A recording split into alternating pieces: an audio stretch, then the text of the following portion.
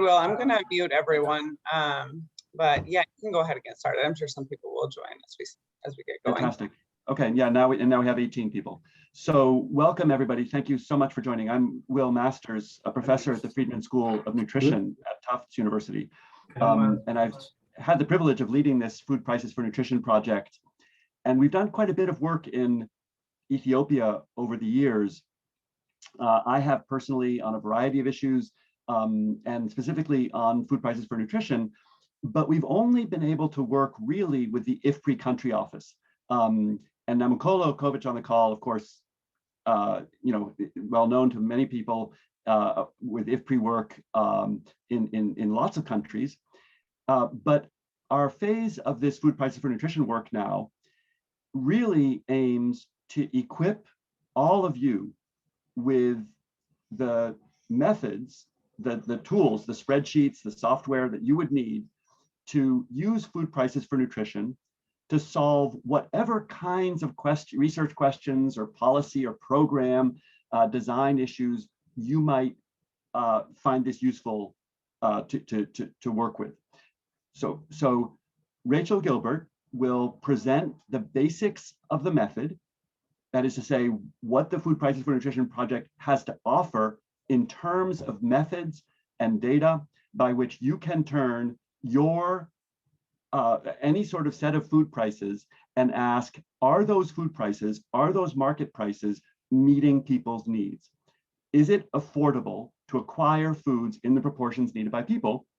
So what are the diet costs in a given market, in a given month, testing whether the food system is working for people in that specific sense. So this is not a project about individual people's behavior. It is not a project about household data. It's a project about markets and whether food systems behind the marketplace, that is the agricultural production, supply chains that deliver a set of products to a periodic market in rural or peri-urban or urban areas, whether that marketplace delivers a healthy diet at affordable prices. So Rachel will present the basic idea of the project, and then each of you, I hope, can type in the chat box and take yourself off mute and say, hey, could I do this for this question? How would it work? What does it mean? So I hope that you find this very interesting, engaging. We've discovered a lot of interesting things already. And I'm sure that if you choose to work with these data, with these methods, you would also find many interesting things in the context where you work. So thanks very much for joining. Rachel? Great. Hi, everyone. It's really nice to see some familiar names. I've been in touch with you, some of you in the lead up to this webinar. So I'm really excited to be here to talk to all of you about what Will's just been mentioning. And I'm also really excited because I'm hoping that we'll be able to engage a lot more with people who are interested so we can talk about either work that you're doing or how to scale up the work that we'll be talking about today. I know it's also a very busy time, so I'm really glad that you guys made the time. And to make the most of it, just to let you know up front, we'll be recording this webinar and I'll be sharing the slides and the recording with everyone who registered and also on our website. During the presentation, as Will said, please actively write in the chat box, put your questions there. We'll stop with about 15 minutes for questions and other comments that you have. So yeah, share information about yourself, where you're coming from, and any questions or comments that you have as we go. And to start off, hopefully you can all see my slides. Someone unmute if you can't, but I think you should be able to. We'll start with the vision for this project, which is probably familiar to many people here.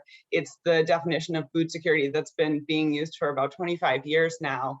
And the reason I want to start here is because this has a very strong vision for food systems. As Will was mentioning, our project is really looking at the broader food system level.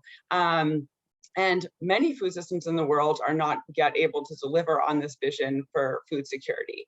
And in this project, I just want to highlight a few of the aspects that we're very focused on. So the first being physical and economic access. So we're talking here about availability and affordability of nutritious food to meet dietary needs. So we're really talking about moving beyond just nutrient needs to incorporate also dignity and culture and the protection of health against long-term things like non-communicable diseases. And this vision that we've had for a really long time has been hard to achieve, in part because we're not always measuring these things that we care about. So part of what we're talking about in the Food Prices for Nutrition project is better understanding availability and affordability of healthy diets, and doing that because once we can measure something and see something, it's much easier to act on it and achieve it. And more specifically, the aims in this project, what we want to know is, if you went to the market in Ethiopia, how much would it cost to obtain a healthy diet? And how many people would be able to afford that cost? The answers to these questions, as you can see in these photos, is really in markets. These are questions where the answers can be found using retail food prices. And the reason that we're talking about retail prices when we know that food's also produced at home and received as gifts or through different social safety net programs is because we know from our research and other people's research, this is some research from Ethiopia, even rural farm families rely on market purchases for healthy and diverse diets. So even households that are producing their own food really do rely on the market for certain things. So we have evidence from farm families. This is a little bit older now, it's 2010, 2011. But in this first graph, you can see that the sources of calories from own production and purchased foods change throughout the year. So at certain times of the year, for example, in May or June, you can see here, purchased foods are as important or more important for calorie intake as own produced foods. So I think in this study, it's about 1/3 of total calorie consumption is coming from purchased foods. And also importantly, you can see here in the second graph that the types of foods that are purchased are often different from those that are produced at home. So vegetables, fruits, eggs, fish, and meat, these are nutrient-rich foods, and they're seasonal items oftentimes that not everyone is able to produce year-round. So purchased foods from the market are very important for the availability of diverse diets and healthy diets. And of course, this is evidence from Ethiopia, but there's a lot of evidence from other parts of the world as well. So to answer the questions about the retail cost and affordability of healthy diets, in this project, we used 3 benchmark least cost diets. I'll talk a little bit more about least cost diets in a moment, but the first benchmark is called the energy sufficient diet. It's also known as the cost of calorie adequacy. And this really represents the minimum cost to meet energy requirements using the least expensive available starchy staple food in each country. So for example, this might be the cost to buy just enough maize or just enough rice to meet an individual's calorie needs for a day. So it's basically the cost of survival in the short term. And it's, again, very much a benchmark diet. The next is the nutrient adequate diet, also called the cost of nutrient adequacy. You may have seen it abbreviated as CONA. And this is calculated as the minimum cost to meet energy and nutrient needs. So for that, it's for 23 macro and micronutrients, taking into account the lower bounds, which avoid deficiency, and then upper bounds, which avoid toxicity or intakes which are too high. This is, in a way, a bit of a benchmark because the nutrient adequate diet is actually very difficult for an individual to purchase. You would have to arrive in a market knowing the exact amounts of foods that it would take to meet your needs at the lowest cost and buy them in precisely those amounts. So it's a very useful theoretical benchmark for understanding the absolute minimum cost that it would take to meet just your nutrient needs. And the final diet is the cost of a healthy or recommended diet. You may have seen this abbreviated as CORD in other places. And this metric moves, again, beyond just nutrient needs. This represents the minimum cost to meet food-based dietary guidelines. And those are based on food group classifications. So we'll talk more about food-based dietary guidelines a little bit later. I know some of you have a lot of experience with the process going on in Ethiopia, But dietary guidelines are really a behavioral strategy for people to meet nutrient needs and other needs just beyond nutrients. So things like cultural needs, but also, as I mentioned before, the protection of health against non-communicable disease, and to have a proportional and diverse diet. So this final benchmark, the cost of a healthy diet, is a behaviorally realistic least cost diet. And to talk a little bit more about the idea of a least cost diet, what we're really interested in is the minimum cost theoretically possible. This is the cheapest, lowest cost combination of foods that meet the criteria that I just mentioned for each of the 3 benchmarks. And importantly, I want to emphasize that there's no standard food basket here.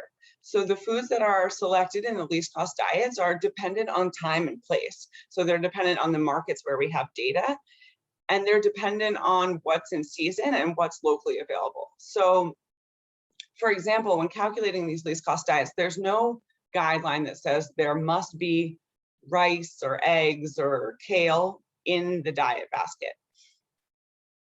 There may be kale in the nutrient adequate basket at one part of the year, and then later in the year that may become more expensive and another dark leafy green vegetable may come in. So seasonal and locally available foods are really filling this food basket in the least cost diet.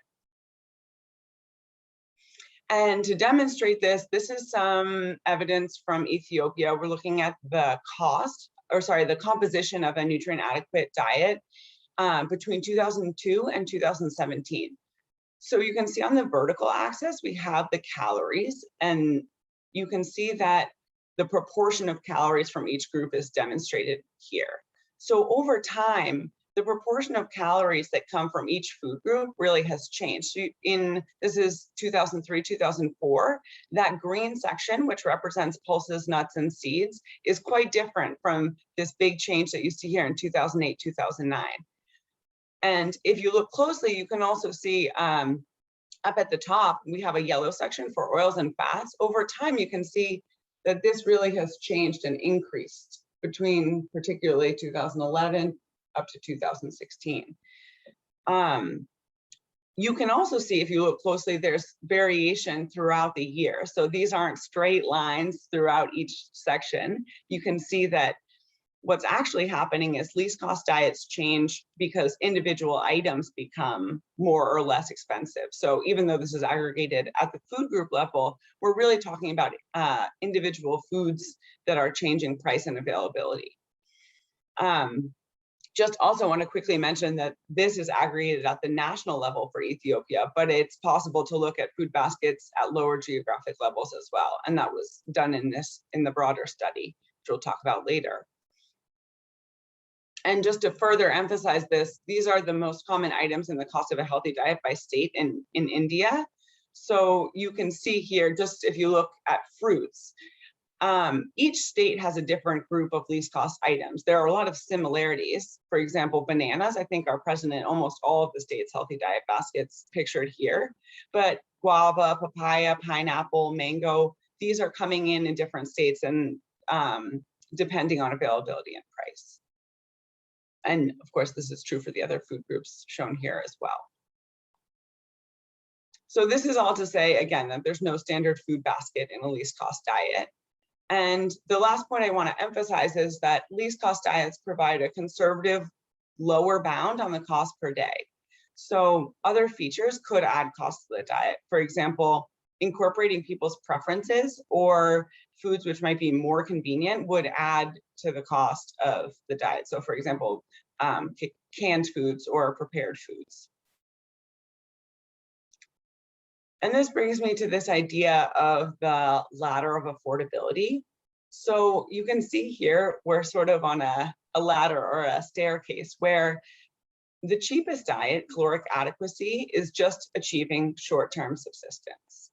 In order to get to nutrient adequacy, we need to pay more. And there we can avoid deficiencies, excesses of certain nutrients. And then we can go even further to healthy diets, and that costs a little bit more. So that ultimately, each step up represents what we think is an increase in high cost.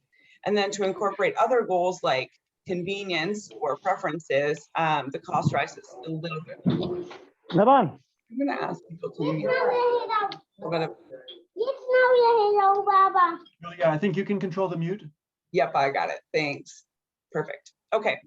So what the ladder of affordability helps us see is two important insights. The first thing is that when diets are affordable, food prices are just one of many influences on food choice. So again, things like convenience and preferences make it so there are people who can afford healthy diets who don't always achieve them. But when healthy diets are unaffordable, food prices are an insurmountable barrier to improve diet quality. It is not possible to climb up this staircase or up this ladder without an increase in affordability. And so the innovation here is really to measure the height of each step on this ladder. So we understand, using the cheapest foods in each country, how well the food system is functioning in bringing these diets within reach. Now we'll talk a little bit about price data and the specific metrics that I've just mentioned, and I'll talk about the calculation of those in a bit more detail. So we'll be talking about sources of price data, which of course are at the heart of this project. And to start, we're going to talk about prices which are collected by agri-food agencies. So for example, maybe an agricultural ministry, and they might collect something through their market information systems. So these data systems commonly track wholesale food prices, sometimes farm gate food prices, things which are faced by farmers or producers or traders rather than the retail prices which are faced by consumers. You may also be familiar with early warning systems, which are used largely to guide food aid decisions and emergency interventions.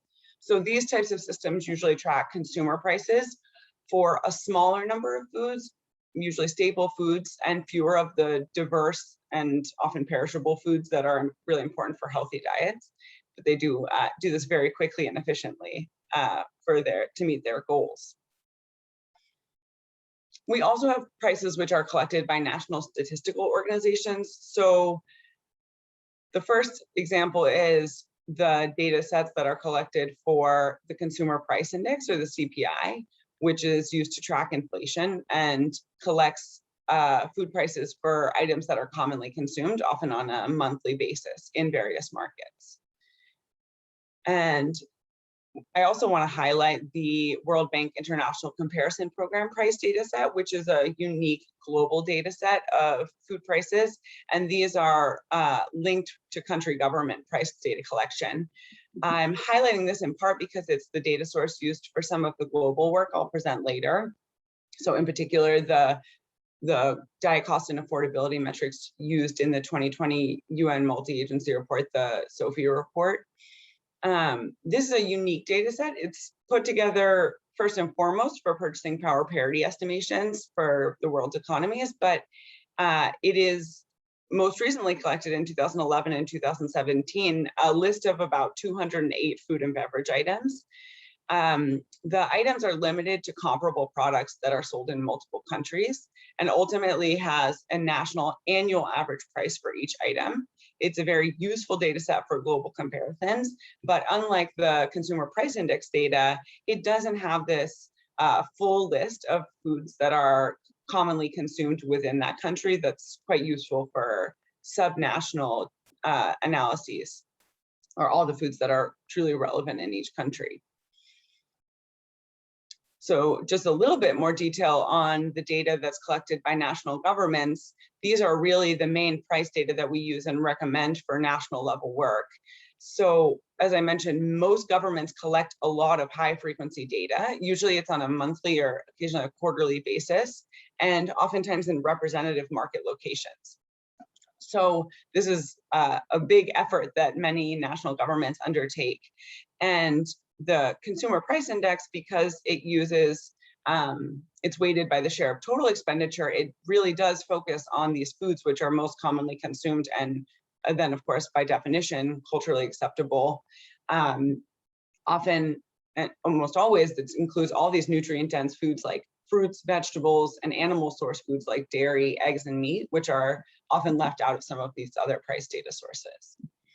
And I mentioned this in part because the intention of the project is really to leverage the huge amount of food price data that's already being collected all around the world, and to use that price data for nutrition. So many people who are working on specific projects or in different contexts may have uses for other price data, and we'll be talking about that later.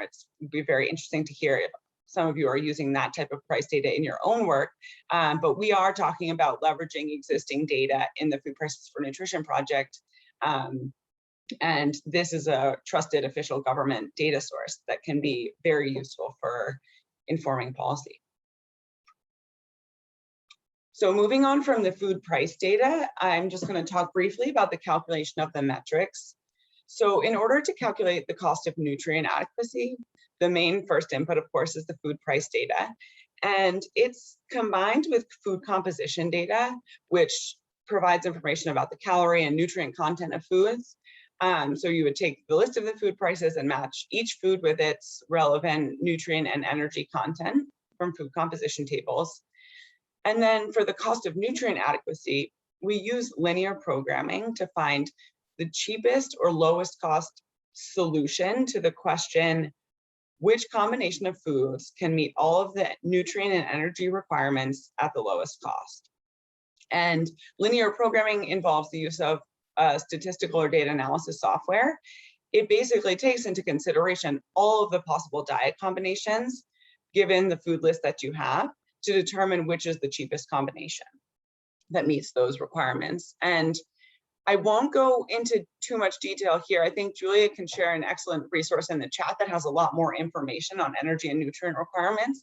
But essentially, for the linear programming of the nutrient adequate diet, we start with caloric needs or estimated energy requirements. Those are based on age, sex, weight, physical activity level. And those are used then to set lower and upper limits for macronutrients, so proteins, fats, carbohydrates, determined by acceptable macronutrient ranges. So these just describe the proportion of calories from each macronutrient and set a lower and upper bound. And then for micronutrients, we set the lower bounds again to avoid micronutrient deficiency, and then upper bounds to avoid toxicity. So here we have 23 micronutrients as well as an upper bound for sodium. And again, I won't go into in detail here, but there are a few sets of possible bounds. For example, recommended daily allowances or estimated average requirements that are detailed in this work that Kate Schneider and Anna Herforth put together. So these are the inputs into the linear programming model, which solves, again, to find the combination and quantities of foods that meet these requirements at the lowest cost. For calculating the cost of a healthy diet, the first step, many of you might be thinking, is to really define what a healthy diet is. There is no single definition of a healthy diet, of course, but in this project, we operationalize that as a recommended diet based on quantitative food-based dietary guidelines. So almost 100 countries in the world have food-based dietary guidelines. I'm sure there I think are people on this call who are very familiar with the process going on in Ethiopia. So please, if you're willing and able, you can share some of that experience in the chat or a little bit later in the conversation. But again, there is no single definition of a healthy diet, but there's a lot of convergence between existing guidelines. And we use guidelines to come up with the sort of quantitative guidelines to calculate the cost of a healthy diet. So things like how many servings per day, serving sizes. Not all guidelines have quantitative guidelines, so we are really focused on those which are able to do that. And as an example, this is Benin's quantitative food-based dietary guidelines. So this is one of the detailed quantitative guidelines from Africa. And so here we have the food and portion sizes. So you can see we start with food groups. They define the different groups, including cereals and protein-rich foods, vegetables, fruits, dairy products. And the second piece of information we need from dietary guidelines is really the number of servings, or I guess portions here, recommended per day. So there's a range. And right here, we're looking actually for adults 19 years and older. And we see that there's a range, for example, for cereals, we're recommended to have 3 to 5 servings per day. And the final piece of information that we need is what is a portion size. So here there's information on, for example, rice. 1 serving of cereals would be equivalent to 220 grams of cooked rice, you can see from this dietary guideline. So let's see, okay, great. So this is a set of just 10 national food-based dietary guidelines with quantitative guidance. There's a lot of similarities between these. And just to quickly mention that our project is also working on a streamlined method to calculate the cost of a healthy diet using something called the Healthy Diet Basket, which broadly speaking generates like a composite guideline using the 10 quantitative guidelines that you can see here, using average gram amounts from each food group. So that's something that we're working on for countries, for cross-country comparison, and also possibly for countries that don't have their own food-based dietary guideline. And then a little bit more specifically, the steps to calculate the cost of a healthy diet, which do not require the linear programming that's necessary for the nutrient adequate diet, is to first categorize the foods in the food price list according to the food groups in that dietary guideline. So for Benin, that would be cereals, protein-rich foods, fruit, etc. In the second step, we remove certain items that are not required for a healthy diet. So things like sweets or sugar sweetened beverages that add to the cost of the diet, but actually add calories without meeting any dietary needs. So we also remove duplicate items, keeping just the lowest cost item for each individual item. Like, for example, rice, you may keep a locally less expensive version of rice and drop imported rice if it's more expensive, allowing for a more diverse set of foods to be selected from. And then in the third step, we start with the price per kilogram and calculate a price per day for each food. That's taking into account the edible portion of the food, the number of servings that are required for that food group, and then the serving size. So for example, the 3 to 5 servings of 220 grams of cooked rice, you would translate that into the price per day needed to meet that, to get that 220 grams of cooked rice. So for certain items, things like melons or squash or perhaps avocado, we take into account the edible portion. So if you need to eat 300 grams per day to meet the dietary guideline, you may need to buy more, given that part of that weight is actually at the pit or the stem or some inedible portion of that. So this ends up being the price per kilogram times the recommended quantity per day, accounting for that edible portion. And then once you have the cost per day for each item, you can find the least expensive items in each food group. So in some cases, we do this for just 1 item. In other cases, it's 3.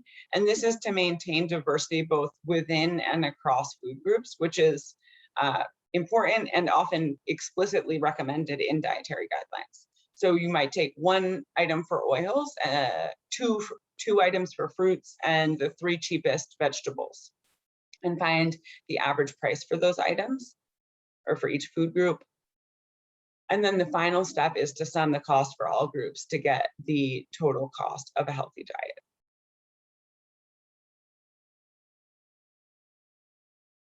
And then the final portion of the metrics that I want to talk about is affordability. So affordability is the comparison of the cost to some sort of defined income standard.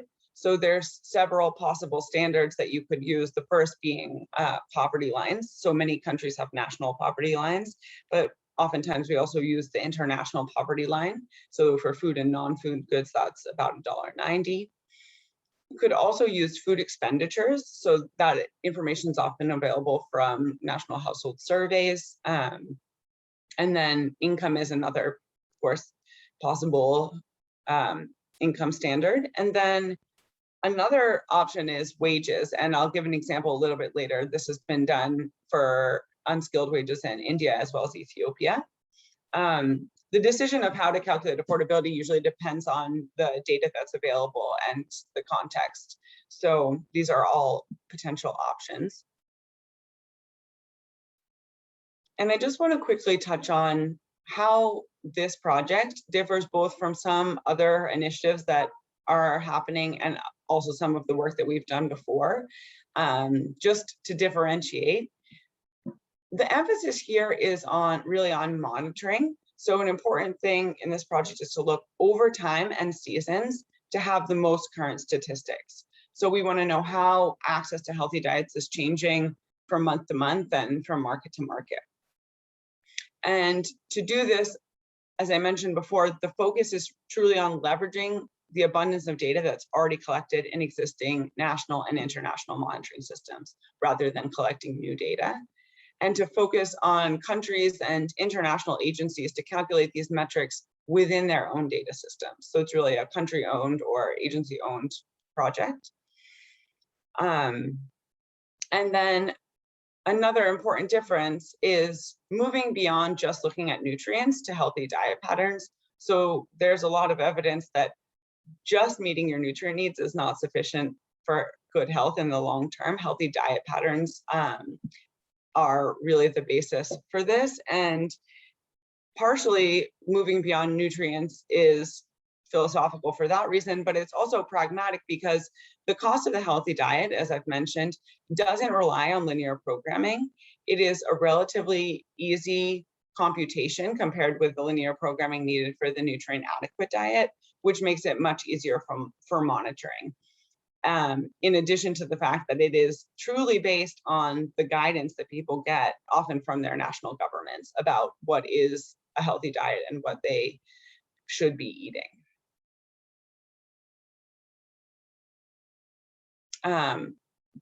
Great, so now I'm gonna quickly go through some results from Ethiopia and some other countries, as well as the global results. The main idea here that I hope you'll take away is that the diet cost and affordability metrics that I've been talking about can be used in many different ways to answer questions at the global level, at the regional level, and at the national level or subnational level.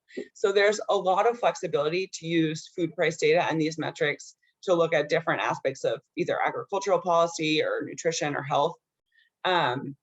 Many of the examples that I'm going to show you for Ethiopia are actually focused on the cost of a nutrient adequate diet, but that is, again, the more computationally heavy calculation, and similar or the same analyses can be done using the cost of a healthy diet, which is what we're really focused on for monitoring. So to start, I'll just share some results from the background paper for the SOFI 2020 report. The case study there for Ethiopia uses price data, which was collected by the Central Statistical Agency in Ethiopia, a data set with over 90 food items, as well as daily wages for unskilled laborers. So the graph here that I'm showing you is showing affordability based on wages. You can see here that the diet costs, which are demonstrated by the blue line at the bottom of the graph, rose at a slower rate than wages did over this time period. So it's 2002 to about 2016. So while the cost of the diet was increasing at about 3% each year, wages were actually increasing at about 5%. So when you're looking at this graph, you can see that the relative cost as compared to wages declined over time from this peak in about 2008 at 32% down to 22%. So you can see that the overall cost of the nutrient adequate diet here became more affordable over time. And that, again, is due to the increases in wages rather than a much lower cost for the nutrient adequate diet or less expensive foods. And to build on this, there's also data on the price changes by different food groups. So this graph shows price increases relative to 2002. You can see, you can sort of track the values here. So pulses are demonstrated by that dark green line on the graph. Prices for pulses rose the fastest. They increased by about 9 times over the time period from 2002 to 2016. Fruits and vegetables increased by a factor of about 8 over this time period.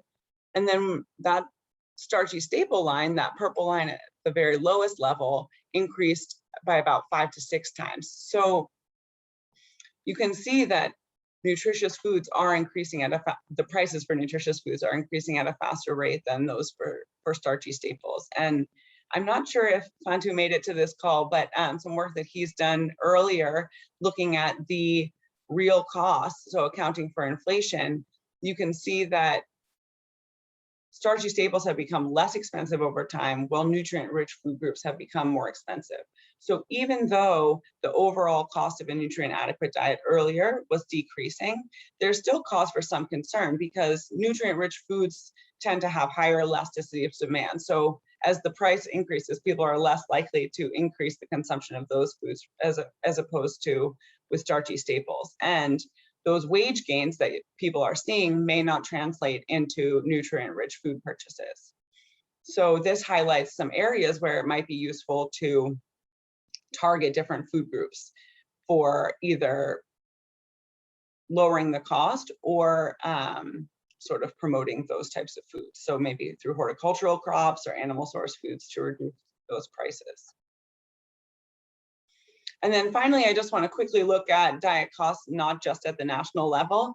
So these results are part of a larger study that included both Malawi and Tanzania, looking again at the cost of a nutrient adequate diet using the Central Statistical Agency data, the price data from the Consumer Price Survey.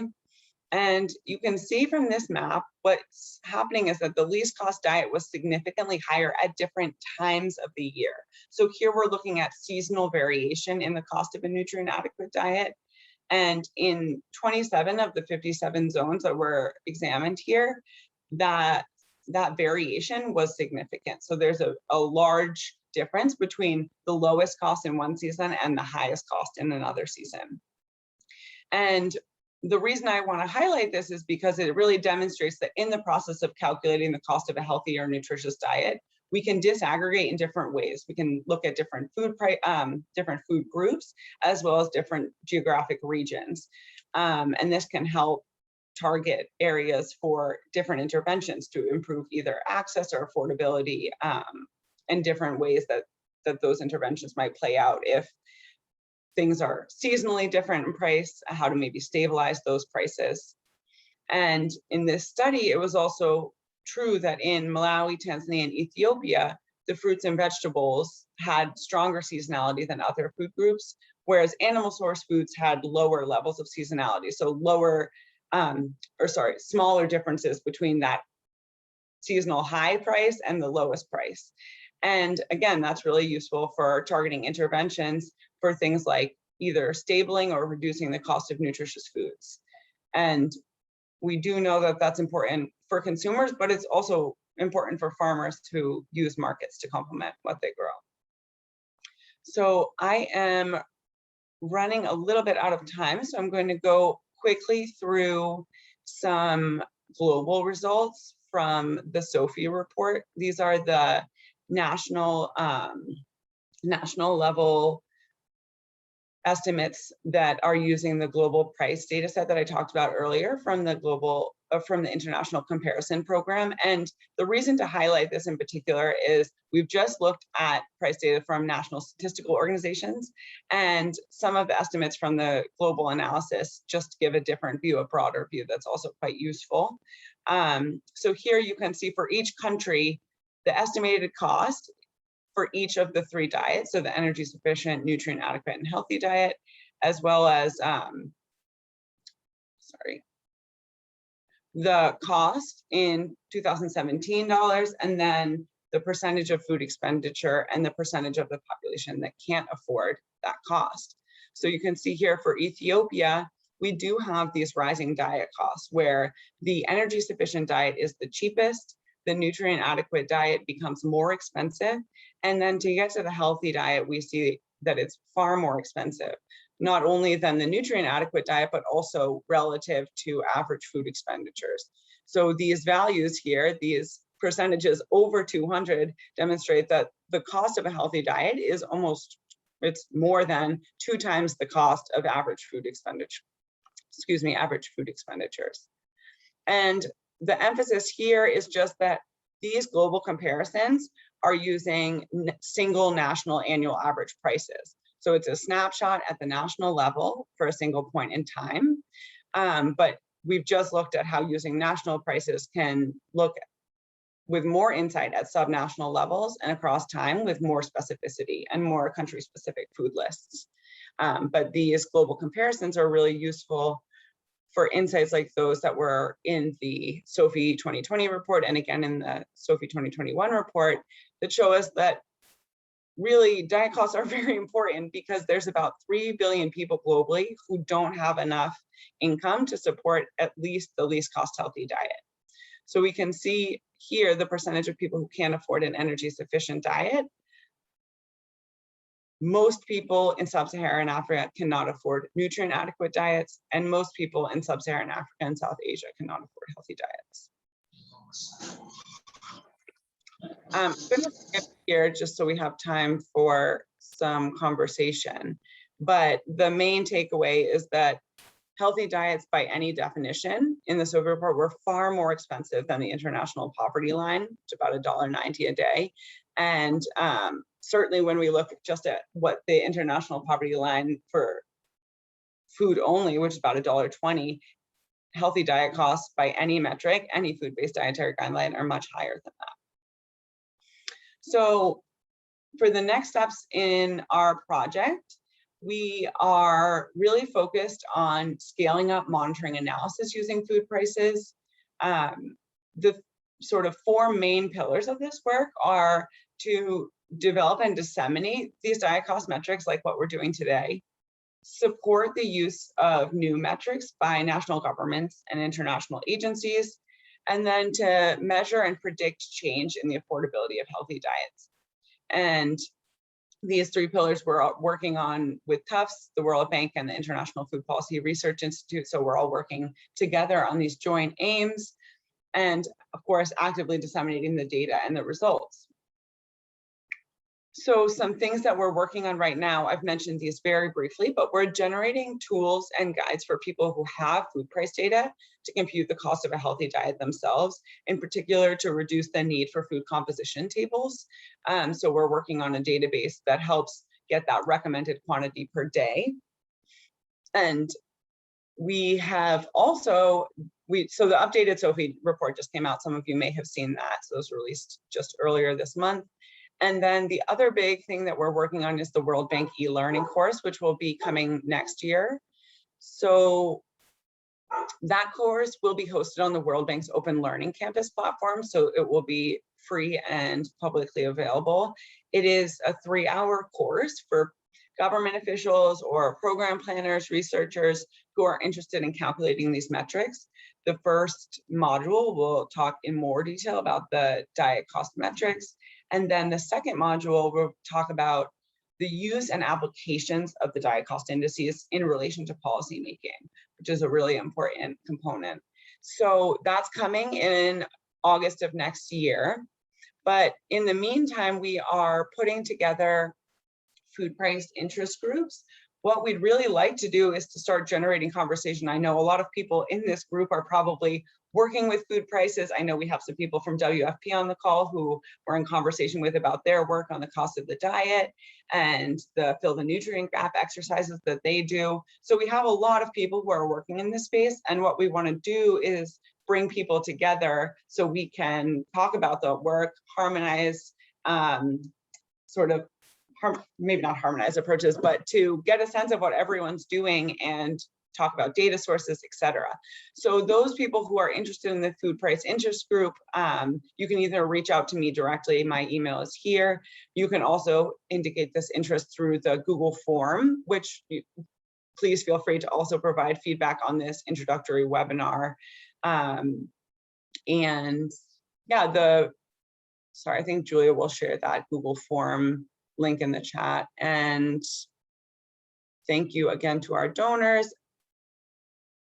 Let's move on to some questions and conversation in the chat. I have not been monitoring it, but I'm sure. That's great. Yes, thank you, Rachel, and thanks to those who did type in the chat box. So I can pull up from the chat box a couple of things. One is Filippo commenting on the status of the working group, the technical working group that is now working on cost of the diet approaches. And Filippo, you'll of course recognize that the WFP cost of the diet approach is a very close cousin to the software tools that we've developed, there's been a lot of different groups working in this domain. And it would be wonderful to do whatever we can to help that technical working group, to help you in the World Food Program. We're also, of course, talking with the World Food Program in many other dimensions of that work. So there's another issue that was raised in the chat box, which is from Namukolo Kovic about the role of inflation. And so I'd be happy to pick up on that as well. So anyone who wants to talk a little bit about other efforts ongoing in Ethiopia, picking up on what Filippo wrote, that would be super helpful. You could just take yourself off mute, and let us know what you're working on, what you're interested in, and what we might be able to potentially help you with.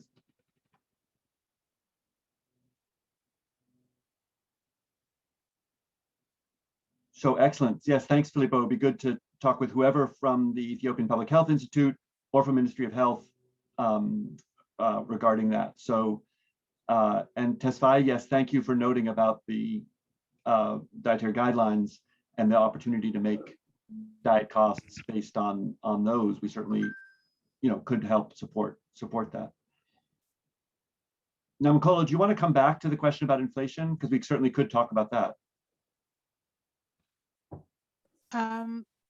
Yes, I saw in the presentation that Rachel made, there was a slide from Anna Hayforth's work where she indicated that inflation was not taken into account. So I was just wondering why that would have been the case. That's interesting. I don't know exactly what line on the slide that would be, but a key hallmark of this work is our attention to inflation. So it is only because we are measuring prices of food in real terms, that is in terms of the purchasing power parity prices, that is the overall price level of a society, and asking what is the cost of food in terms of other things. So when you convert Ethiopian birr to other currencies, can you compare the diet costs? And when you compare Ethiopian birr in April 2020 to the prices in every other month, so it's only because we control for inflation that we can do this diet cost work. So if I may add an additional comment, so the work that's been done by IFPRI, for example, in Ethiopia, normally they present these graphs where they show the costs of by food groups, and we see the sugars and oils relatively not changing much, if anything, seemingly to go down. That picture is quite different from the picture that you showed, where there are increases, but varying levels of increase amongst the different groups. So I wondered if you could shed some light on the reason for that discrepancy, if inflation is something that has been taken into account. Exactly, yes. So what this is showing is inflation itself. So this is a picture of inflation by food group. Then if you were to remove inflation, what you would be doing is smushing this down, right? So this is a set of lines that are going up. And if you remove the common inflation to ask about the prices of each food group in real terms, you'll be taking this whole thing and making it horizontal, and then you would see some go down relative to the others that are going up. Okay, thank you. But that's a great question, because thinking about food systems in terms of market prices asks us to do that work, precisely that work. Because of the problem that markets are in price terms, and those prices have different meaning, or different depending on what you can afford to buy with in other goods and services as a market. Rachel, I wonder if you could show the other slide. I don't know whether it was the previous one or the one after. Yeah, and I just wanted to briefly mention that I think part of the use of this graph is to demonstrate, as Will mentioned, one aspect where Bantu and Derek had done similar work accounting for inflation. So I think it's just a different way to look at the changes in price over time accounting for inflation. So as Will mentioned, this is one view of it. And then I believe Bantu and Derek, maybe also with you, Will, had looked at this in a different way. So it's sort of a different elaboration. But yeah, let me switch to the other slide. I think, are you talking about this slide? No, Cola. Yeah, I'm not seeing anything different yet. Yes, this one. Interesting. Okay, sorry. It's a little bit of a lag sometimes. Yeah, cost of nutrient adequate diet versus, what's the yellow one? Oh, the wages. Wages. And so the green one, which I've highlighted here, is the relative cost of the nutrient adequate diet relative to that wage. So the wages are increasing over time. The cost of the nutrient adequate diet is increasing, but very slightly at a lower rate than wages, where we have the cost of the nutrient adequate as a percentage of wage, or the affordability. Or sorry, the affordability is increasing while the cost relative to wages is going down over time. Yeah, and it is very important. But then the implication of this is that the healthy diet is becoming more affordable over time, right? As wages go up. Correct. Yes, because affordability is defined relative to wages. But what Belay Terefe and Sigareda Kevede just wrote in the chat box is very important, which is that we are showing here very outdated data in order to talk about methods. And the whole point of this conversation is for each of you to have, the opportunity to think about what data you have available and the opportunity to do work today, right, and tomorrow and next month and next year that will try to make sense of the current COVID situation, which is completely different from what we're looking at now. Right, that's the purpose of the conversation, is not to share results, but to share methods. Yeah, more of a demonstration of what can be done with these metrics. And someone's asked, will you be updating the analysis? And I think, again, just to underscore, the goal of this project is to provide the tools and whatever support we can to people who are interested in calculating these metrics, particularly the cost of a healthy diet, which is really well suited to monitoring and having these up-to-date metrics, which is a bit harder with something like the cost of a nutrient adequate diet, which is largely what I've showed in these examples, does rely on linear programming. So I think we have someone. Yeah, just you can manage the mute, Rachel, directly.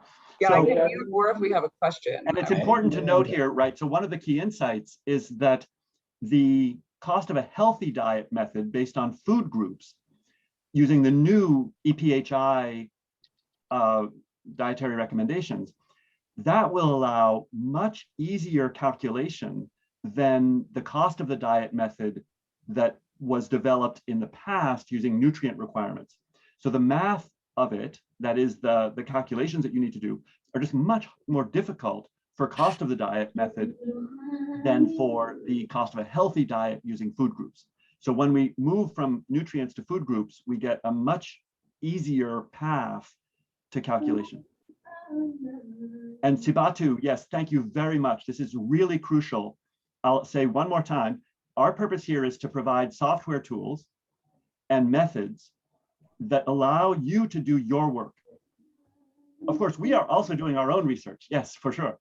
But our task here is to ask, is there anything that we can provide to you that would help you to write papers and to do studies and to have dialogue and to answer the research questions that you have?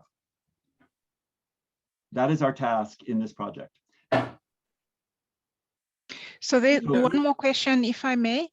Does this sort of like allow for you to do projections beyond the point where your last data set is? Great question. Yes. So you could certainly do studies with projections. And if we just, and we just published a new paper on those projections during COVID, where the principal impact of COVID, as I hope you know, is on incomes. Prices have changed a little bit, and we have a forthcoming paper on how prices have changed with COVID. But the main effect of COVID is to cut livelihoods and incomes. So most of the affordability effect of COVID is because incomes are lower. So yes, we have been making those projections. And Filippo asked a really crucial question, which is, what are the modalities for collaboration? So the answer is that what our project provides is software tools and methods, not salary support or other direct support.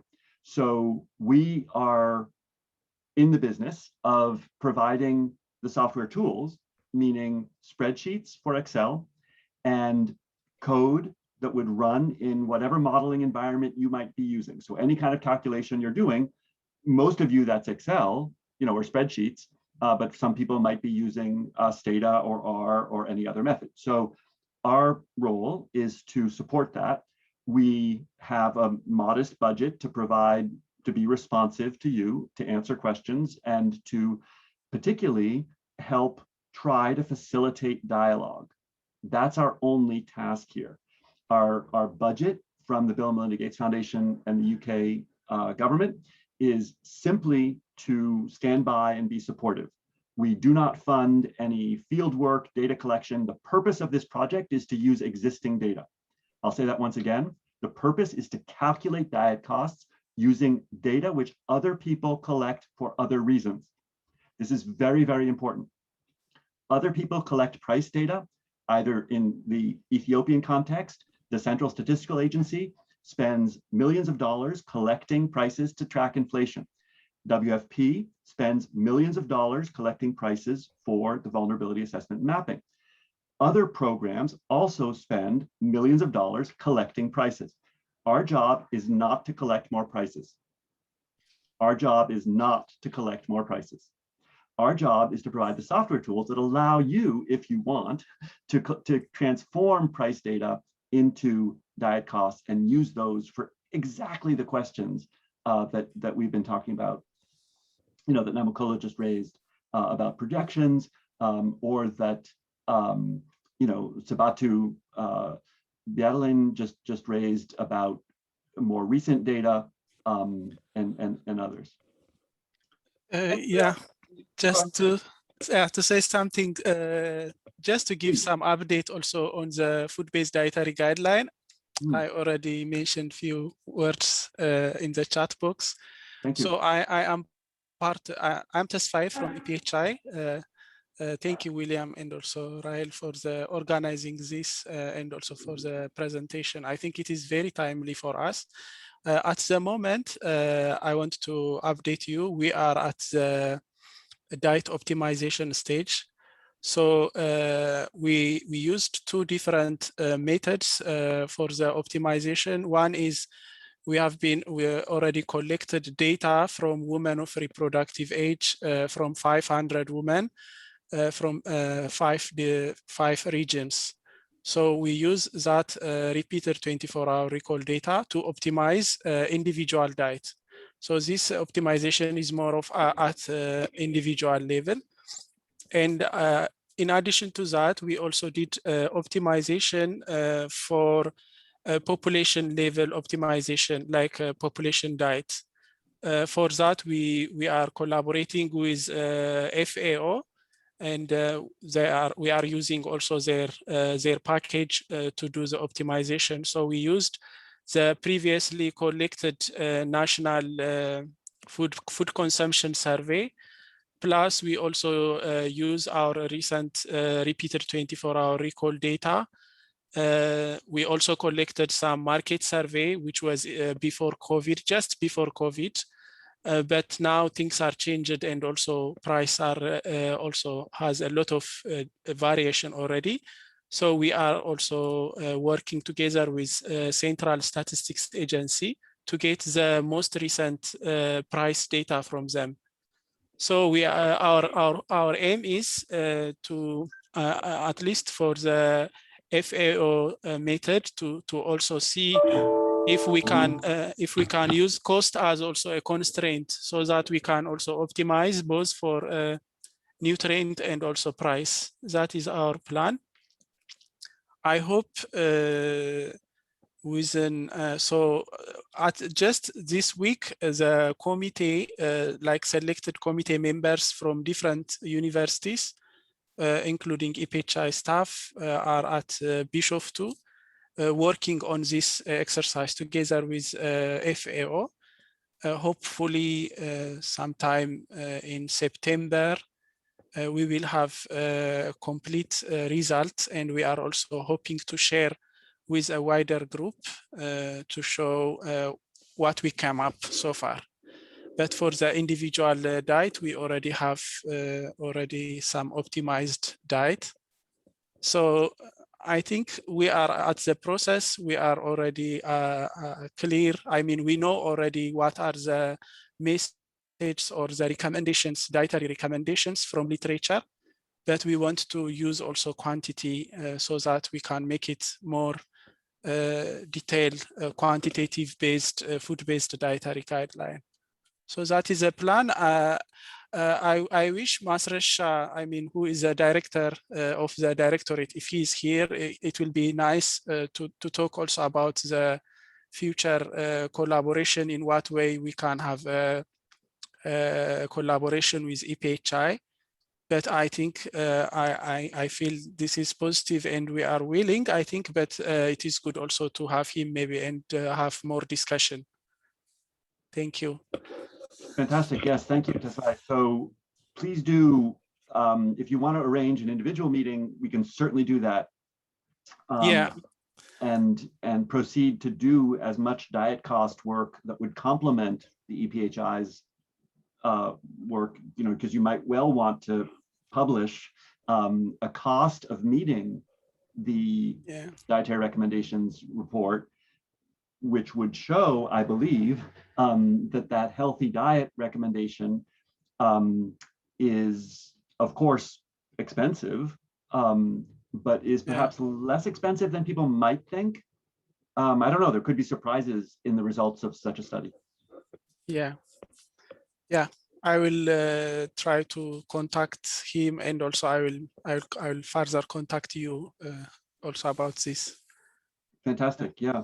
And one thing I would add, following up on what Rachel is typing, is that a big purpose of our project, or part of the vision of our project, is to encourage dialogue within countries between people who might not otherwise meet each other or have a chance to talk about how food prices can be used to understand nutrition, but also between countries. So we will be connecting people. So we're having these introductory webinars to begin conversations within countries and then connecting across countries.